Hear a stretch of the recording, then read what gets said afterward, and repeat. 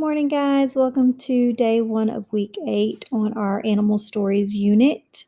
This week and last week, we've been working on revising and editing all of the animal stories that we have worked on throughout the unit. So we are almost closing in on the end of our unit, and then the next unit I'm really excited to see.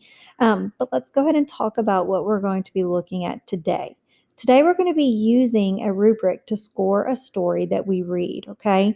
So this rubric that we're going to be using is a rubric that you're familiar with. It's the rubric for the proficient narrative piece. This is the same rubric that we will use to score your stories. So just real quick, let's look over this so that we have all of these things that we're going to be looking for fresh in our mind when I read a story to you. In a little bit, I'm going to read you Chicken Little. So in order for our story, Chicken Little, to receive all 7 points, it has to have each of these things in it. So 1 point if the story starts with a beginning that introduces the character and setting. Another point for including details for the actions, thoughts, and feelings of the characters. Does it have a problem and solution? Does it have a clear sequence of events?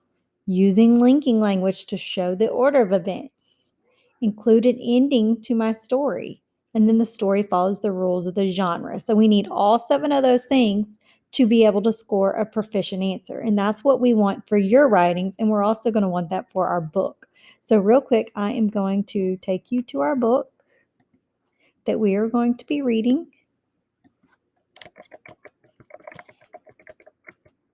There she is. All right. So a lot of us have probably either watched the movie Chicken Little or maybe you've seen this book before, but I'm going to take a quick minute and we're going to read it and see if it can follow all the different points that we need to get that good score on our rubric.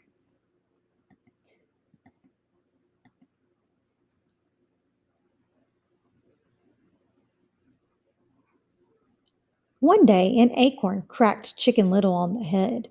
"Oh my," she cried, "the sky is falling. I must go tell the king."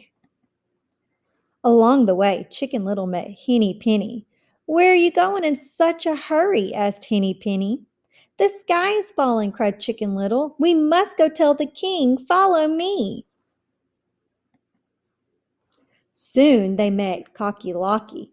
"Where are you two going in such a hurry?" asked Cocky Locky. "The sky is falling," yelled Chicken Little. "We must go tell the king. Follow us." Soon they met Ducky Lucky. "Where are you all going in such a hurry?" asked Ducky Lucky. "The sky is falling. We must go tell the king," cried Chicken Little. "Follow us." Soon they met Goosey Lucy. "Where are you going in such a hurry?" asked Goosey Lucy. "The sky is falling. We must go tell the king," cried Chicken Little. "Follow us." Soon they met Turkey Lurkey. "Where are all of you going in such a hurry?" asked Turkey Lurkey. "The sky is falling. We must go tell the king," yelled Chicken Little. "Follow us." So Chicken Little, Henny Penny, Cocky Locky, Ducky Lucky, Goosey Lucy, and Turkey Lurkey hurried off to tell the king the sky was falling. They were well into their trip when they met Foxy Loxy. "Where are you all going in such a hurry?" snarled Foxy Loxy. They all cried, "The sky is falling. We must go tell the king." "Oh, no, you are headed in the wrong direction," said Foxy Loxy. "Follow me. I'll show you the way." Chicken Little, Henny Penny, Cocky Locky, Ducky Lucky, Goosey Lucy, and Turkey Lurkey were so glad Foxy Loxy was helping them that they followed him deep into the forest. In fact, they followed Foxy Loxy right into his cave. Chicken Little, Henny Penny, Cocky Locky, Ducky Lucky, Goosey Lucy, and Turkey Lurkey have been missing since that day. And the king never did hear that the sky was falling. All right, so now let's see if our story meets the requirements of the rubric. So let's look back at this rubric. Okay, so the first thing was my story starts with a beginning that introduces my character and setting. So the illustrations did do that for us. We saw that he was outside, or Chicken Little was outside. We learned that the main character was Chicken Little. They didn't clearly state where Chicken Little was, but we do know that Chicken Little was outside. So I would say probably a point for that. Next one, it says, I include details to describe the actions, thoughts, and feelings of the characters. So we know that we did talk about how Chicken Little was trying to tell the king that the sky was falling. We had a lot on the actions, but maybe not so much on the thoughts and feelings of that character. So I'm not real sure. I would maybe give a point for that one. The next one says, my story includes a problem and solution.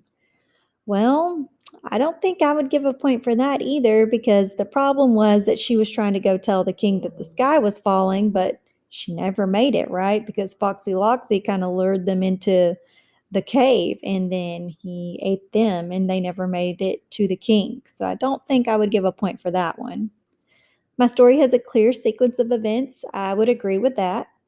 I use linking language to show the order of events. There was some linking language.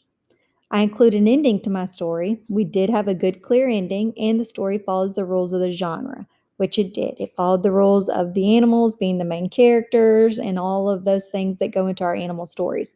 So, with that being said, there were two things that I really didn't think had a clear message with the problem and solution, and I didn't really think that there was a lot on the thoughts and feelings of the characters. So, I would rate that story as a 5 out of 7. So, what did you think? Did you think the story would score all 7 points? You could talk with your home learning coach about why or why not you might agree with what I said. And how do you think the author could change his or her story to make it more interesting, better, fun, or to read and earn more points? I think that it would be, in my opinion, good if maybe they added a little bit more about the different characters and their thoughts about what was happening. How did they feel about it? Were they scared? Were they worried? Were they nervous going into the cave? So I think that that would be one way I would think that the author could change the story to make it a little bit more interesting. All right, guys, I hope you have a great day and I will see you tomorrow.